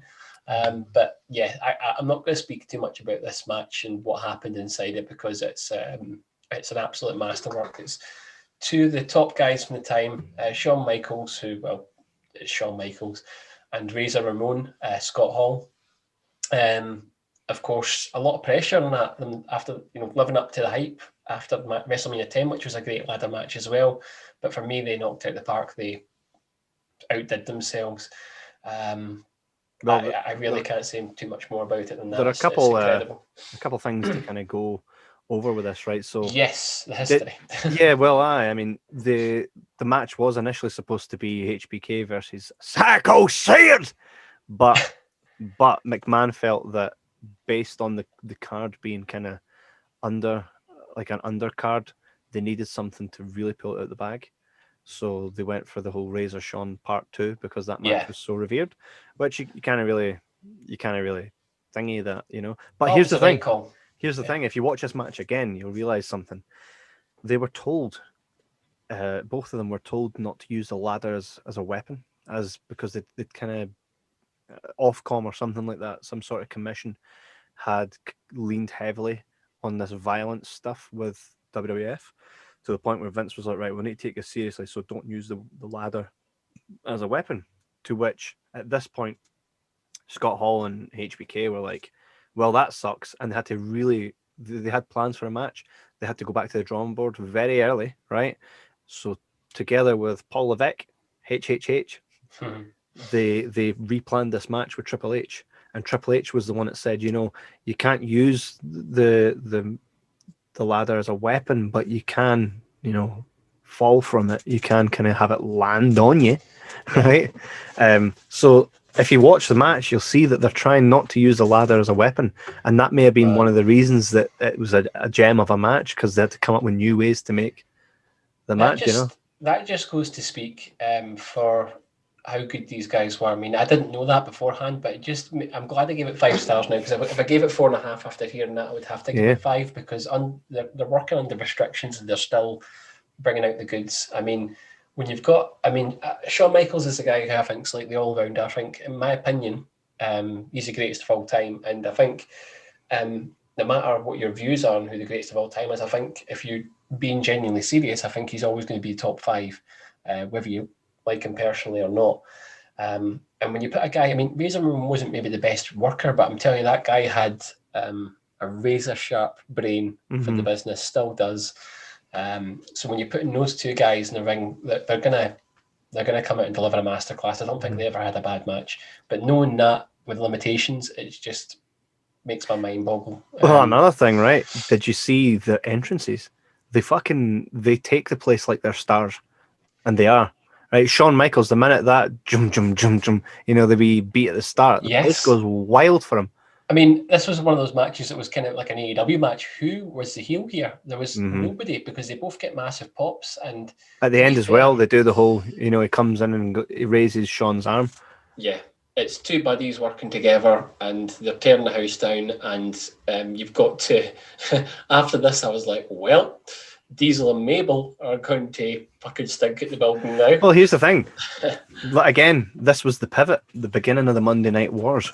So if you think it wasn't that much longer after this that Razor was gone. That's true. This kind of stuff was all kind of winding down at this point. Yeah, and this is all building towards the curtain call, like we mentioned earlier. And not long after that as well, Shawn Michaels would receive his injury. He'd receive his injury when he worked the match. This where he lost a smile. Yes, right. And it's often been said that they reckon Shawn Michaels would have gone to WCW if not been still paid. They paid Shawn for like 6 years. Yes, I heard about that. Right? Yeah, and they I kept think him on the payroll. that was so that he didn't go to WCW. I think because he didn't. He and Triple H never went there, but they say that that's why Vince kind of kept him on the payroll, and Vince had a soft spot for Shawn Michaels, and I think I don't think Vince was eager to let him go. And good call by Vince because it made all it's the not difference. just a good call by Vince; it was a good call for Shawn. I mean, if he'd went to WCW, it just wouldn't have been the same. Let's be brutally honest. Would he have had the career that he had when he came back? He'd have joined the NWO as Michael Shawn Hickenbottom. Hey, he did join the NWO. He seemed to be really on for joining the NWO. He did eventually join them, and it was crap. But exactly.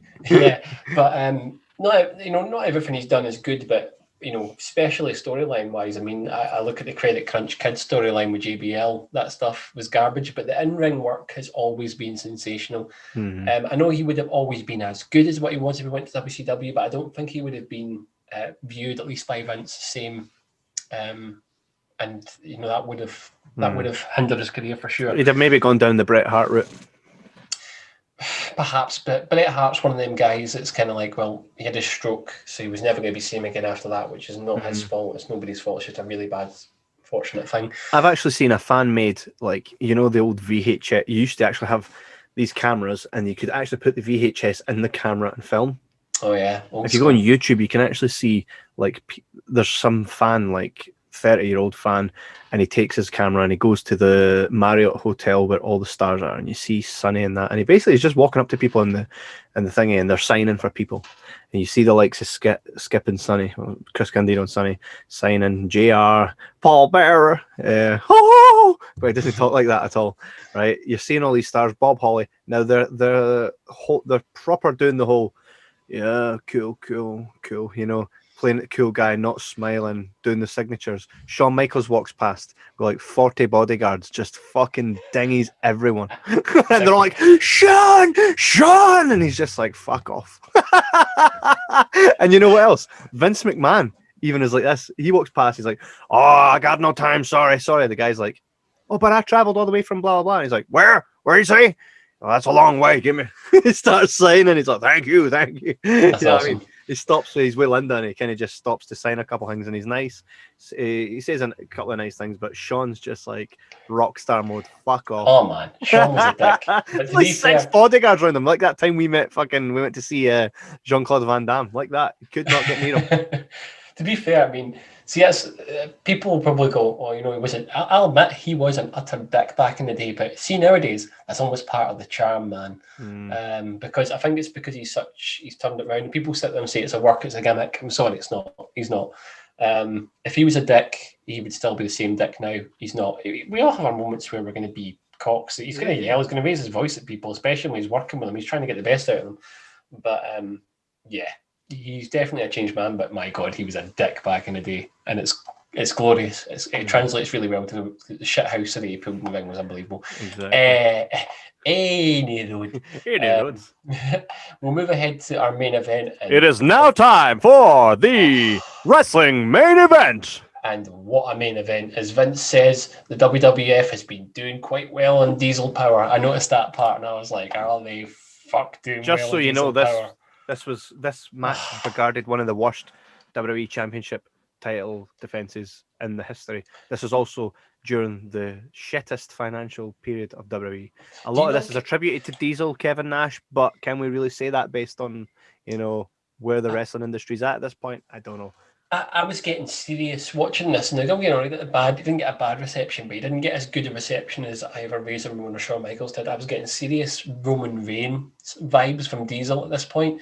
It seemed like it was totally like, this is your champion. Enjoy your champion.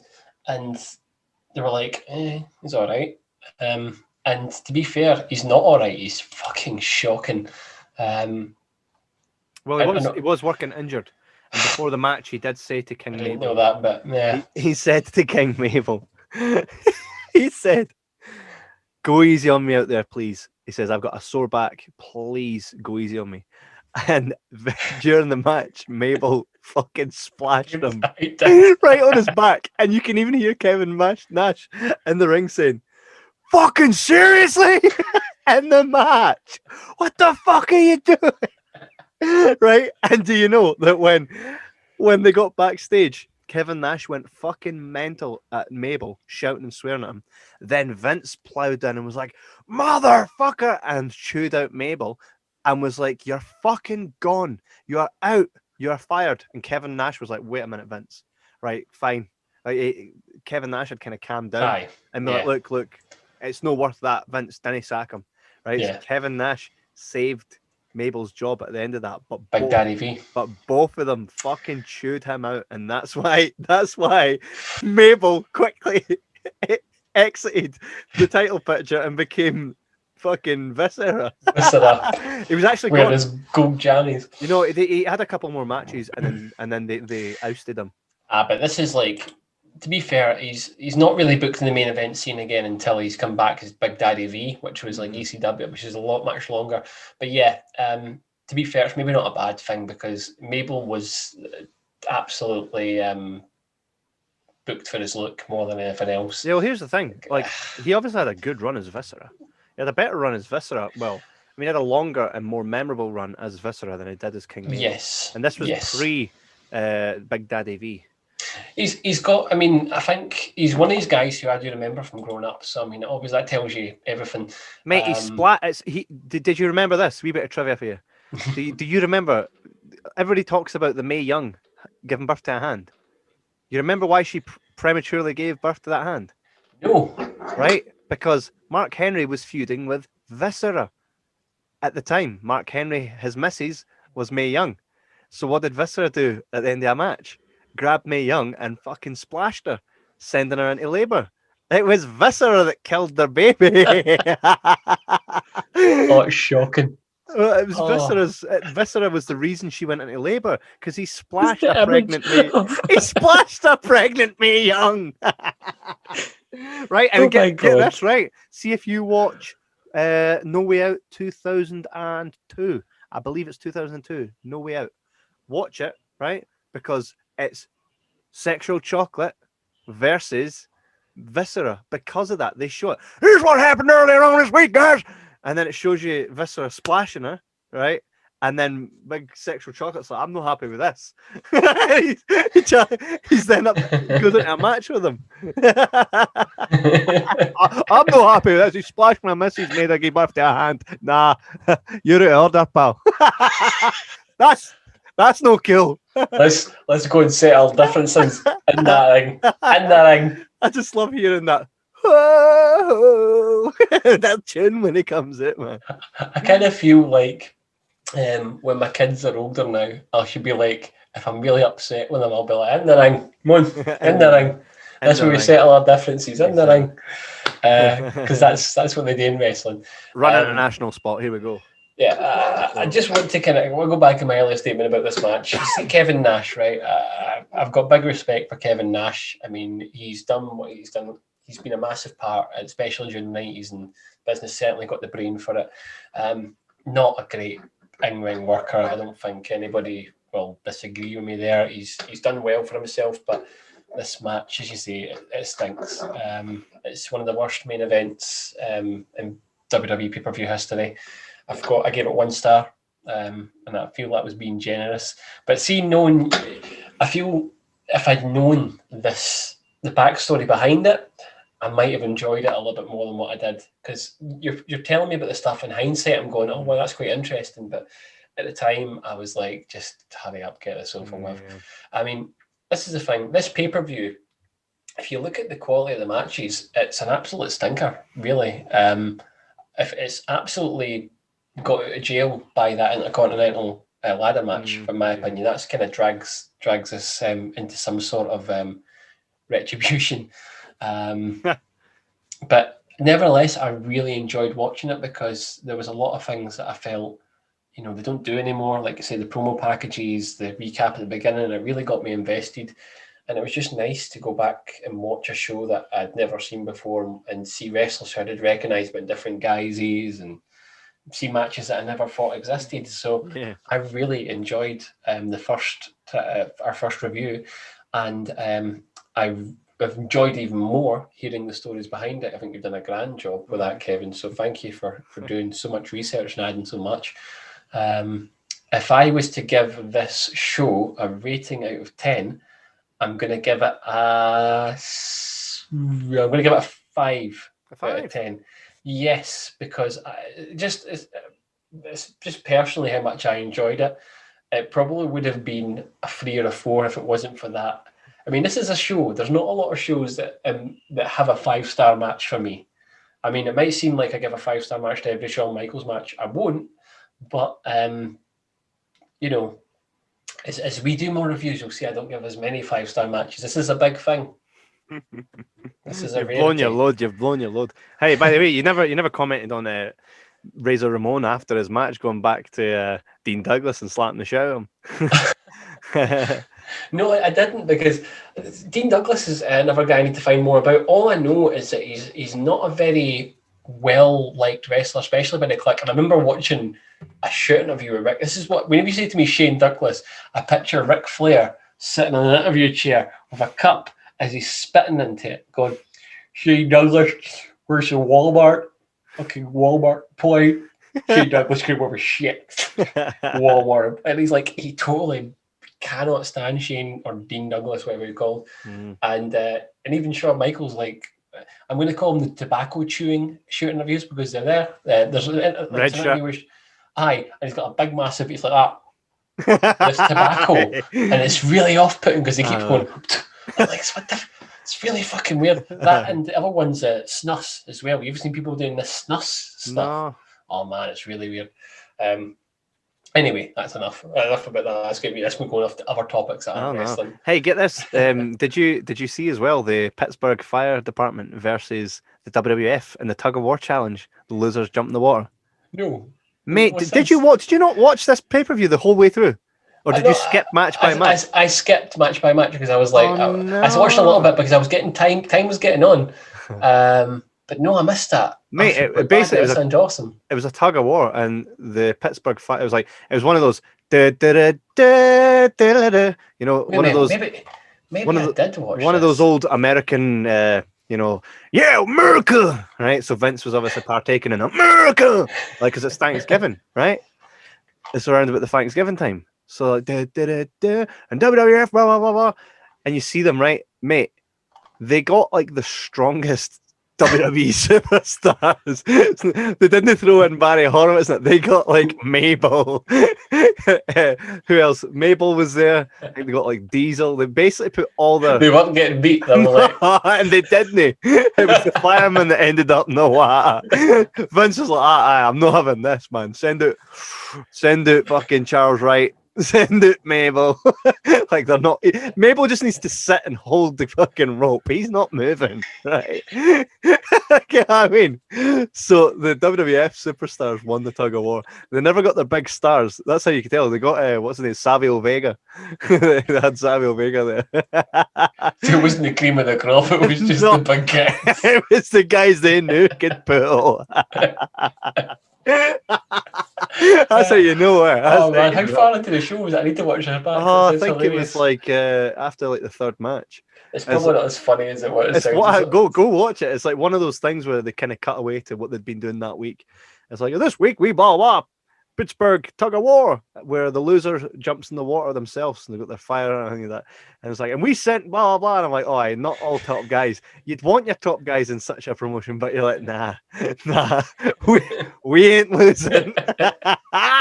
Yeah, I mean, we'll show those damn wrestlers. Nah. Vince was like, we're sending the strongest guys we've got, even if they're fucking jobbers. Could you imagine what the fireman felt before we started? Just seeing the other side of the rope. Looking at Vince with his big fucking mohawk and his white eyes. Yeah,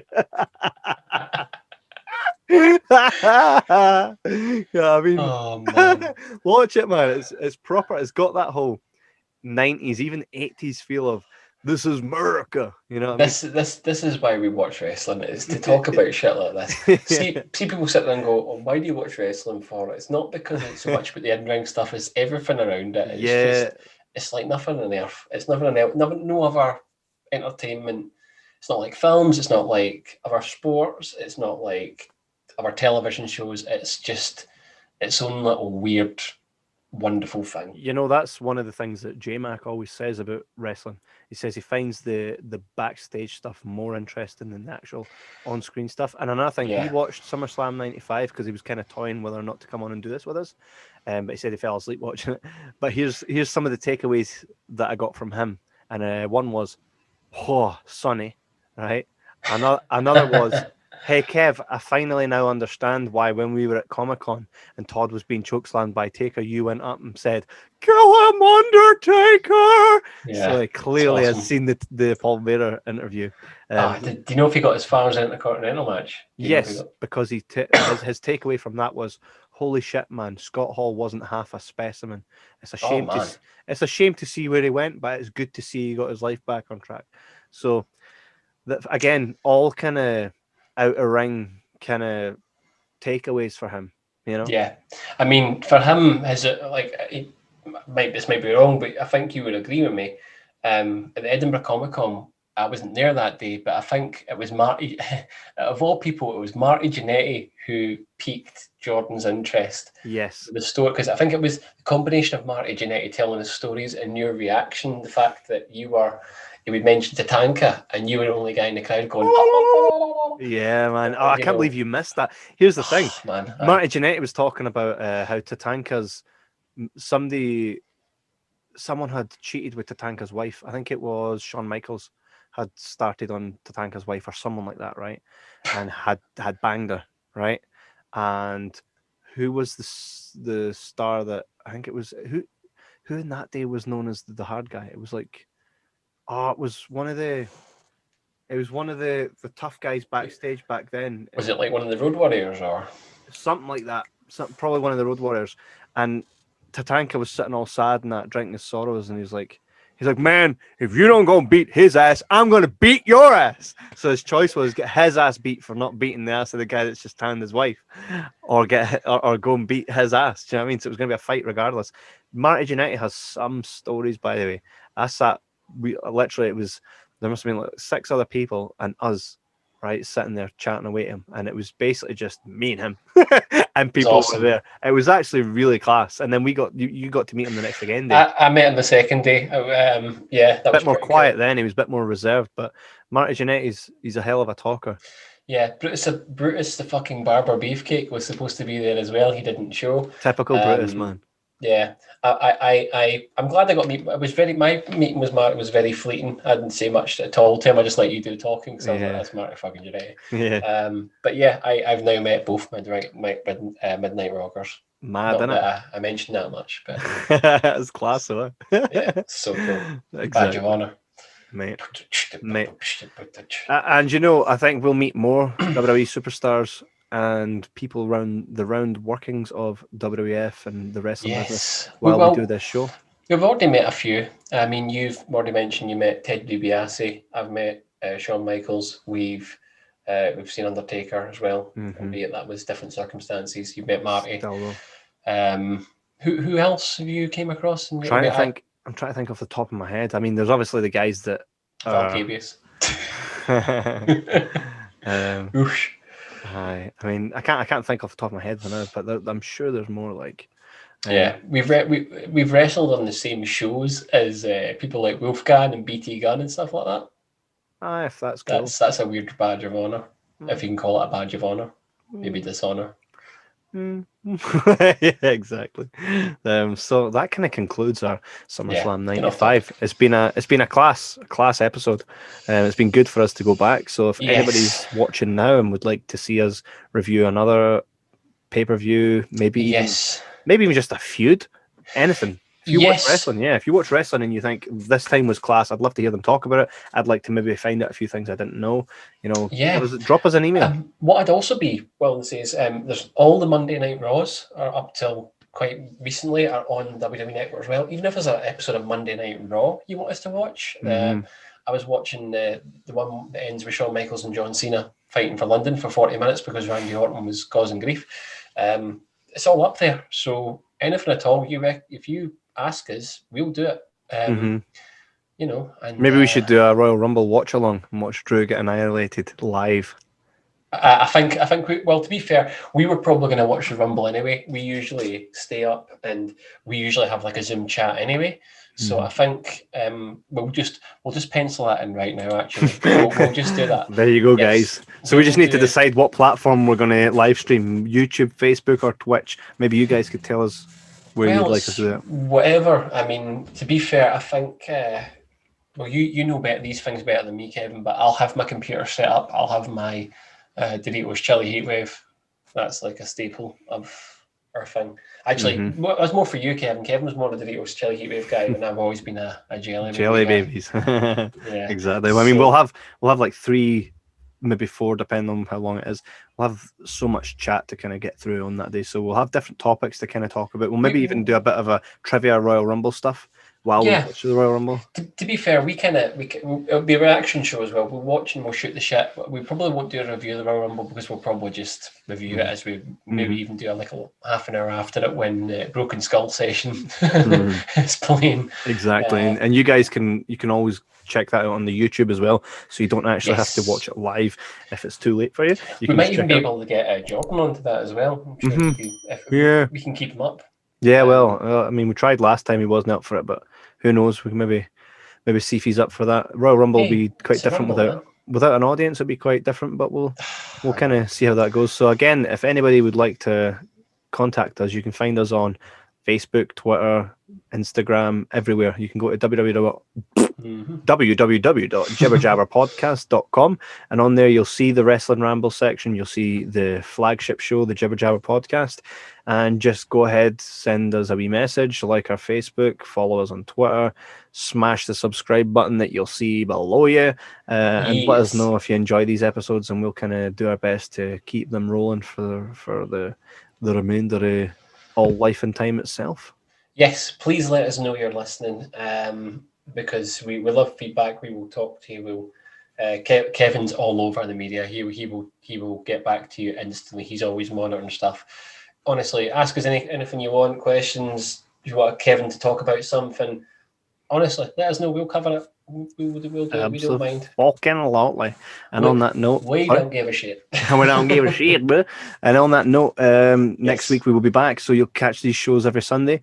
Next week we will be back with more Wrestling Ramble, and it'll be an in-depth look at the week in wrestling, our thoughts, and just proper jibber jabber banter. Yes. Also, we will be testing Kev again, see if he can go 2-0. So look forward to that. Todd, you will rest in peace. See you next week. See you next week, guys. Take care. Enjoy. Showtime! Woo!